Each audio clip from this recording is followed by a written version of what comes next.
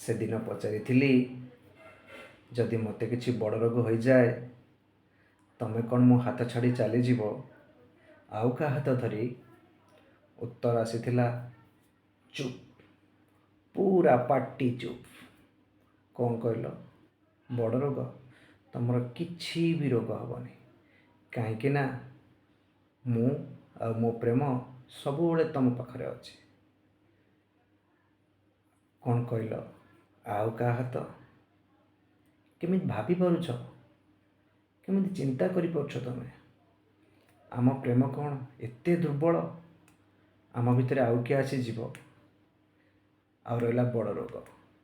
ଯେତେ ରୋଗ ବାଧା ଆସିଲେ ବି ମୁଁ କେବଳ ତମର।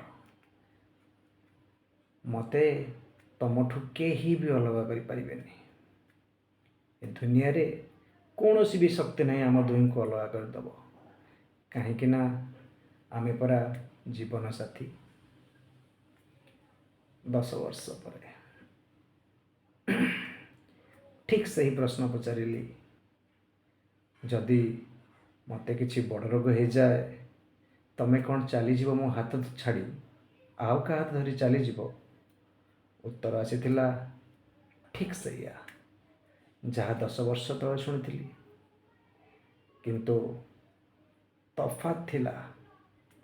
ତଫାତ୍ ଏଇଆ ଯେ 10 ବର୍ଷ ତଳେ କହିଥିବା ଲୋକ ଆଉ ଏବେ କହିଥିବା ଲୋକ ଦୁହେଁ ଥିଲେ ଅଲଗା। ଜଣେ ଥିଲା ପ୍ରେମିକା ଆଉ ଜଣେ ସ୍ତ୍ରୀ। ଏଇ ତ ଜୀବନ।